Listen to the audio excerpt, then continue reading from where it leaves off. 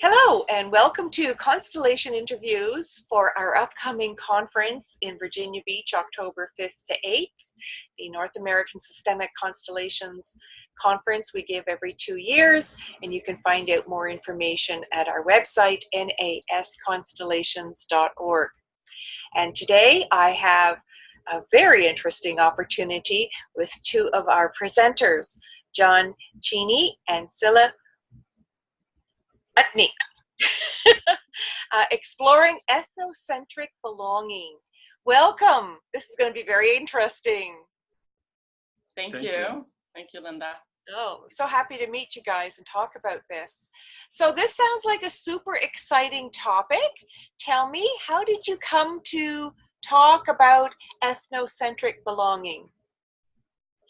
Well, I would start with, I went to the Winter Gathering, which is a social change network, essentially, that invites speakers from all around the country here in Whidbey Island.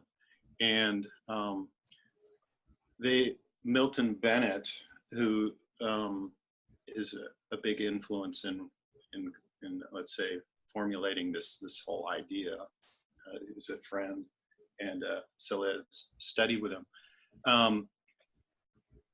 At that conference, it became clear to me that it would be a really interesting usage of constellations to constellate how we belong. Let's say the obvious part in family constellations, how we belong to our family, but then how do we belong to the culture, and how does that influence us?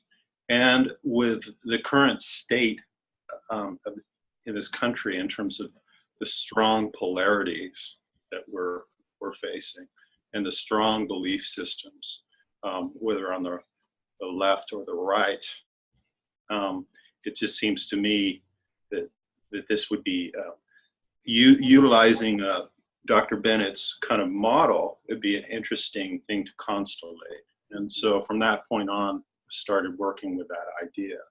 So, yes. So, thank you, John.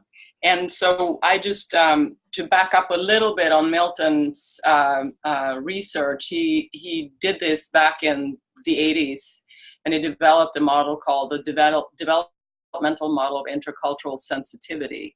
And what that is looking at, if you break it down, is basically 6 levels of consciousness. So he has specifically studied cultures, so how a person, so an individual or collective, is moving from an ethnocentric worldview to what he refers to an ethno-relative worldview. And there are 3 ethnocentric stages and 3 ethno-relative stages. And an ethnocentric, just to define that briefly, it really means so one's own worldview feels subconsciously superior to somebody else's worldview. So we're basically judging other people and their experience and their behavior by the standard of mine. And we have a subconscious sense that if those people only knew how to do it my way, they would. Mm-hmm. And so what Milton developed, and which he, of course, he did his doctorate in this, and I studied with him. I was in the intercultural training field for 15 years, and a rather cognitive framework that we're now bringing in to sort of superimpose onto Constellation, I think will be a very interesting marriage in using this model as sort of listening posts for how we set it up. And that's what we're kind of going to explore in it. But the essence is that there is a feeling associated with each of these stages.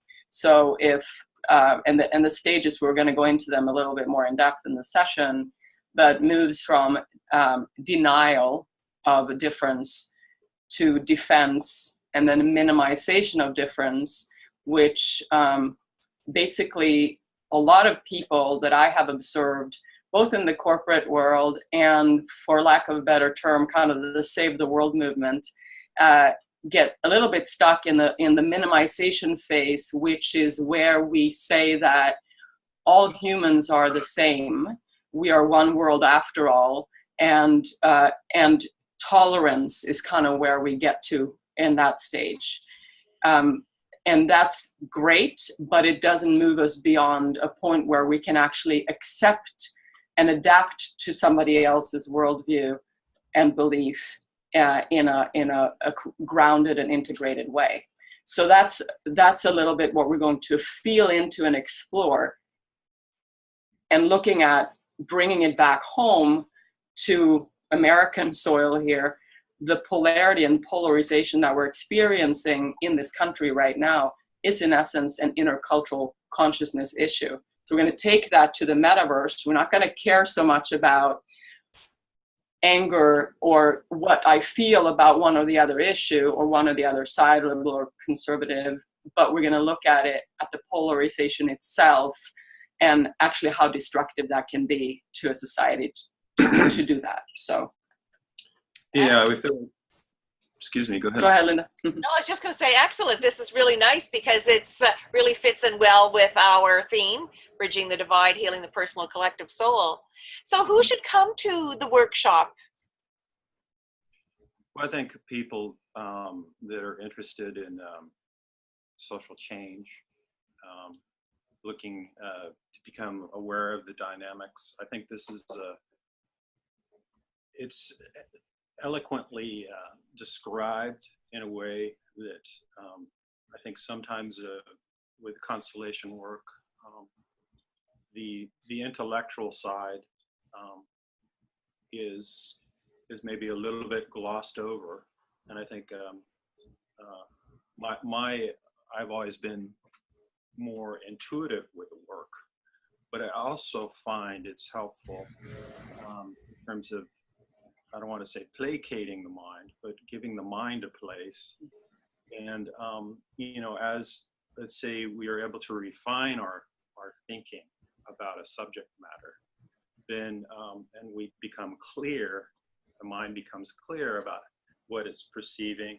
And let's say, if I'm caught up in denial, or if I move to some level of acceptance, if we can kind of see this, then we have less of a tendency of falling back into, let's say, places that we've been before. And I think we've seen that, in the trauma studies in Constellation, where we may feel like sometimes we go back to different states of trauma. And the more we're aware in those moments, the more we can kind of come back to our sense of fullness. So that's where I always feel like, with my work with 5 elements, it gives a place for the mind, it gives a place for the heart, and the balance between the two, and how the mind can serve the heart from the sense of, let's say, when a mind's running out of control, can we slow that back down so we can come back to our feeling? And that's where I feel like the mind can serve. And this construct that Dr. Bennett has developed, I think is helpful. Just giving a schematic similar to the 5 elements to see kind of where we are. Yeah. And that's so nice that you said that, the mind and the heart. I actually, myself, I have for about 6 or 7 years, I've been wearing every day this, it's a heart and a brain necklace. And it's really to remind myself, when I was very stuck in my mind back like 10 years ago, when I was very corporate, I had short hair, I was wearing a suit, going to work. And to remind myself to be more in my heart. And I would say that that was one of the aspects of the work, not to this corporate work, but that I felt that there was a lack of heart, and that the work that I did and the trainings that I did, while they were, effective and people were helped by them, it was somewhat superficial.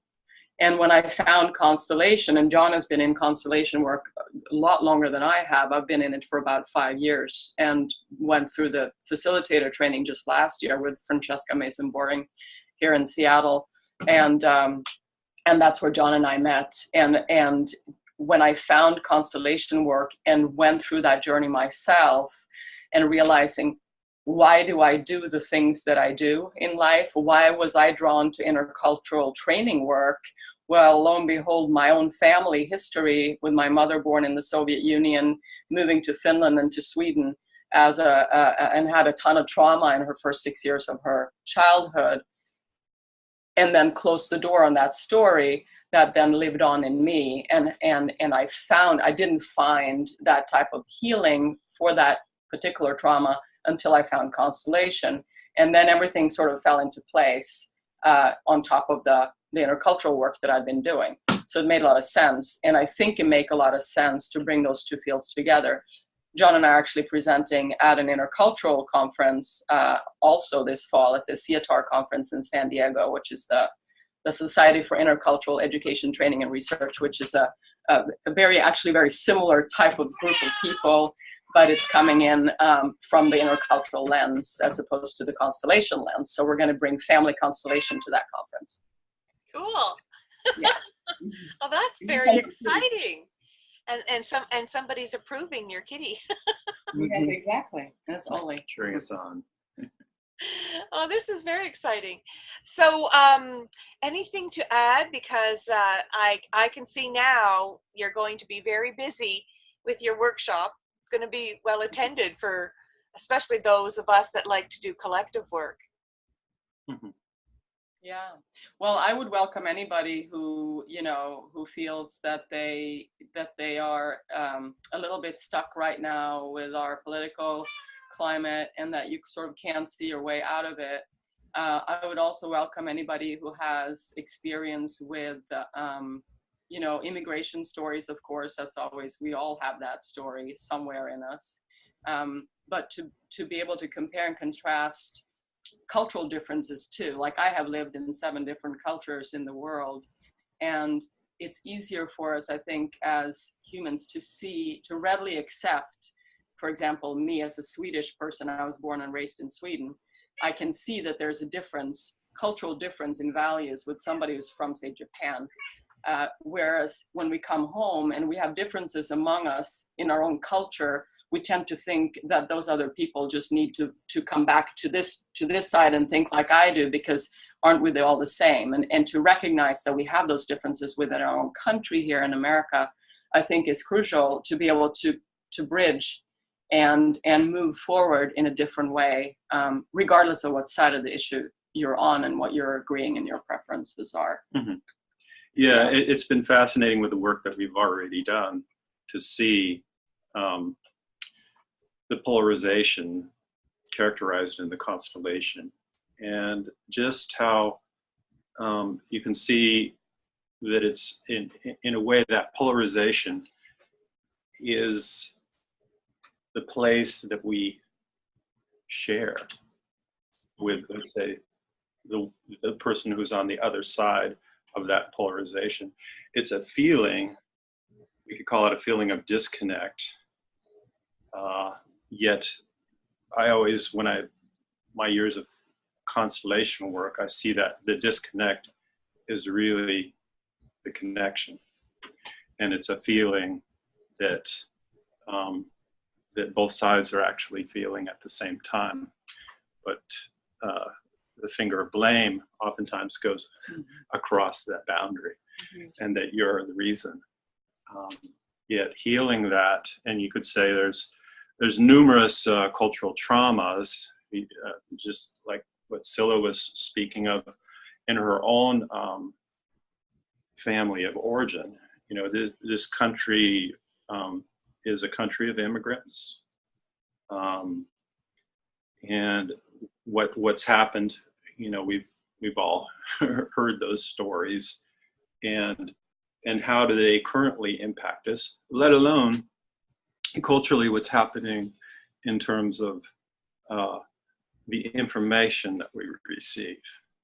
If I'm focused on, let's say, I only listen to liberal information, and so my mind is then thinking on those terms, And then if I am confronted with somebody who is only getting information from the right, we'll see that we both have different worldviews. And what we've seen so far in the work that we've done is that there's the commonality that brought the two polarities together is that we both have a story. And that, and yet that's only arriving at the stage of minimization. And if that's all we can get to, that's as far as we can go in the current, let's say, situation that we find these United States in. And it feels like it's a very volatile time. And yet if we can begin to see each other, and that's what I've taken from this work, is that can I stand in my own feeling and be clear and see the other, of course, as a human being, and not judged by the information. It's because it's just information, and what is it a true reflection of what is really happening? Can you say anything about that in terms of what Milton was speaking about in terms of Newtonian? Einstein's thinking, and how that's influenced, because it's. I mean, I could, but please. So Milton Bennett, he speaks often about in his talks about reality and culture. He says that reality is not a thing, or culture is not a thing, and what tends to happen in these times when we go for the information that supports our worldview, what then happens is we dig our heels deeper into that worldview, and then we not only do we stick to it, we objectify the other, and they are inherently wrong. We are right and they are wrong, and the two shall never meet, right? And that's the old sort of Newtonian objectifying of the other, and you are my problem. If you cannot change and be like my worldview, then we will all be happy. What we don't recognize in that situation is that, I don't know if you've heard that story of what the blind man that feeling the elephant, it's like we've sort of, it's a confusion there with the Einsteinians, like because it's all relative. We don't recognize the elephant. We don't recognize the elephant. We only recognize the part that we're touching, and that now have become the correct part of the elephant that we're touching. Is, I think, what Milton said in one of his talks. And I like that analogy because it helps us to understand that we need to, so basically what we need to do is we need to step back to see the elephant. And I would say that has become next to impossible in the climate that we're in America, to see the whole elephant. Wouldn't it be interesting if we could? So that's kind of where I think we can maybe leave it at that for now, and then we will take in, and we're not even going to go into perhaps the ethno-relative stages of this model, because as the name suggests, we're going to explore ethnocentric belonging. And we're not necessarily saying that ethnocentric belonging is where it's at. We're just going to explore it. And the three phases of what does it mean to be in denial of somebody else's worldview? What does it mean to be in defense of your own worldview? And what does it mean to move to minimization, where we say we're all the same, but recognizing that is still in an ethnocentric worldview, thinking that, we're never going to be able to accept and adapt to somebody else's. So that's what we're gonna do. But the constellation, I think that technology, so to speak, is really helpful to be able to see this polarization. So it's like, if we use the analogy again of the elephant, we can begin to see kind of the elephant. And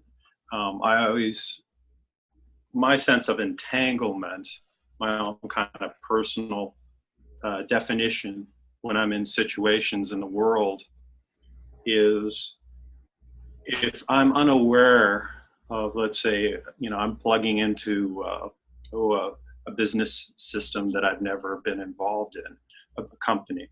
And so I think of it in terms of systems and how that's impacting me in the moment. Am I feeling emotions that belong to me or that don't belong to me?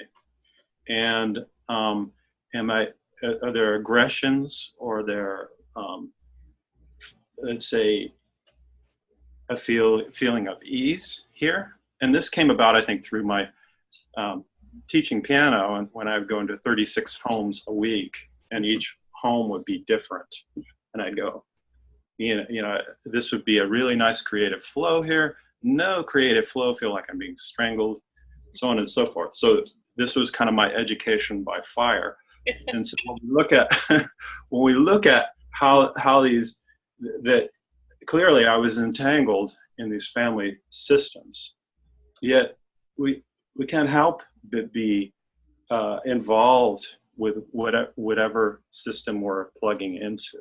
So what I see really helpful with this polarization is, can I be aware of how I'm being impacted, and be clear about that, and make the choice not to unconsciously act out, let's say, the anger, or and we know anger is a secondary emotion, and that underneath it is, in this case, probably more often than not, fear. But then there can be also grief underneath that. And can I be clear in these situations where I'm engaged with somebody, I would say, who's maybe politically different than me, and still be in my humanness and open to it?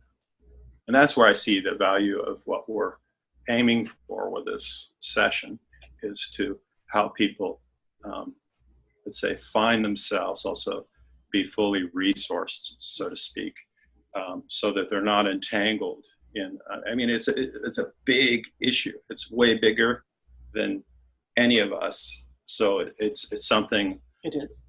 Yeah, it's huge. It's our entire culture. Yeah. It's reflected in the world. And so we need to look at what little piece we can, let's say, take in and chew and begin to understand, and then allow ourselves to, let's say, what I would say the last piece here is a freedom of entanglement.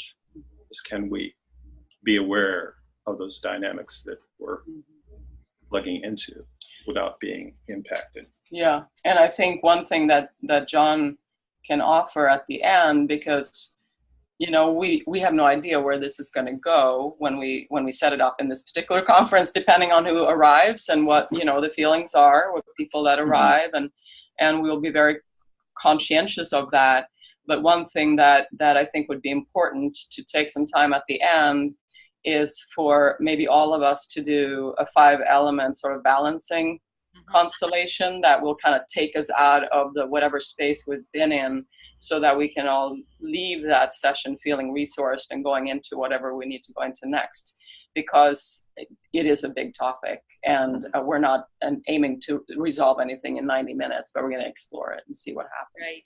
Yes. Well, thank you very much for your time today. This sounds very interesting. You guys might have to do a second session in open space to follow up or something. I'm sure a lot of people will be very interested in this. Thanks again. Thank you, Linda. Thank you, Linda. Okay. And for more information about John and Cilla's workshop, Exploring Ethnocentric Belonging, see our website, nasconstellations.org. Thanks again, everyone, for joining us. Take care. Thanks, Cilla and John. Take care. We'll see you at the conference. Okay. There. Bye-bye.